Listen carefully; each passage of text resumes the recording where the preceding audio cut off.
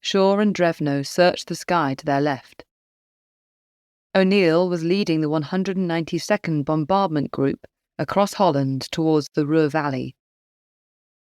Shaux in King Fox George was leading 645 2,000 feet above the 192nd. A long line of B-17s stretched back for miles at Angels 1-5. The Americans had committed at least 300 aircraft to this raid. Shaux, with 645, flew above the leaders at Angels 1-7, dawdling along at the B-17's cruising speed. This was industrialized warfare on a grand scale, he thought. There were hundreds of powerful modern aircraft, manned by thousands of young airmen and carrying thousands of tons of high explosives to rain down on the enemy. Born far away on the other side of the world, in the states of Washington and California, formed from aluminium and steel, bristling with machine guns, this cavalcade of American aircraft marched across the skies of Germany, just as the steel-clad legions of the Roman Emperor Marcus Aurelius had marched long ago. And now someone had spotted enemy fighters arriving to harass the bomber stream. Shaux had seen a wildlife film about a herd of thousands of gazelles or wildebeest, or some creature, crossing the hot grasslands of Africa. They were surrounded by packs of hyenas or jackals that paralleled the herd and then raced in to pick off their prey. Men do the same thing, he thought, except they use metal aircraft flying at 15,000 feet. "There, skipper," Drevno finally said. "Bandits at 10 o'clock level. Could be a dozen of them."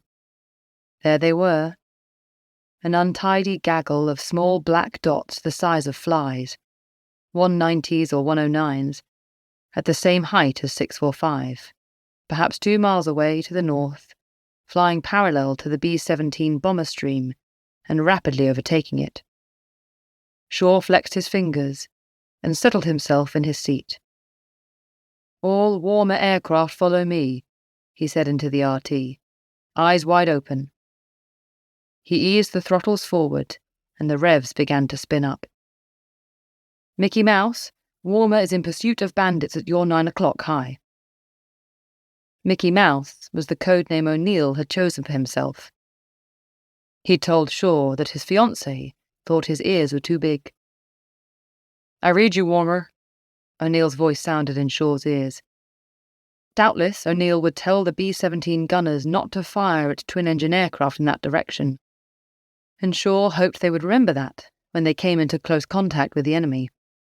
"All Warmer aircraft, 1 minute to contact," Shaux said. Shaux led 645 to the left and opened the throttles. He guessed the 190s were racing forward at about 300 miles per hour, faster than the B-17s by about 100 miles per hour. Shaux calculated in his mind a point of intersection a minute ahead, just about when the 190s would be ready to wheel around and dive down on the bomber stream. Ever since the early days in the Battle of Britain, Shaux had translated these kinds of situations into a sort of three-dimensional aerial trigonometry, encompassing the speeds, altitudes, and headings of the enemy Staffel and his squadron. If his calculations were right, 645 would catch the enemy by approaching them behind their right shoulders just when the enemy was focused on preparing for its attack on the B-17 boxes below. For some odd reason, he had always liked trig, Shaux thought, while Eleanor had gone for more dramatic stuff like probabilities and discrete mathematics. She'd sometimes teased him for being too angular, whatever that meant.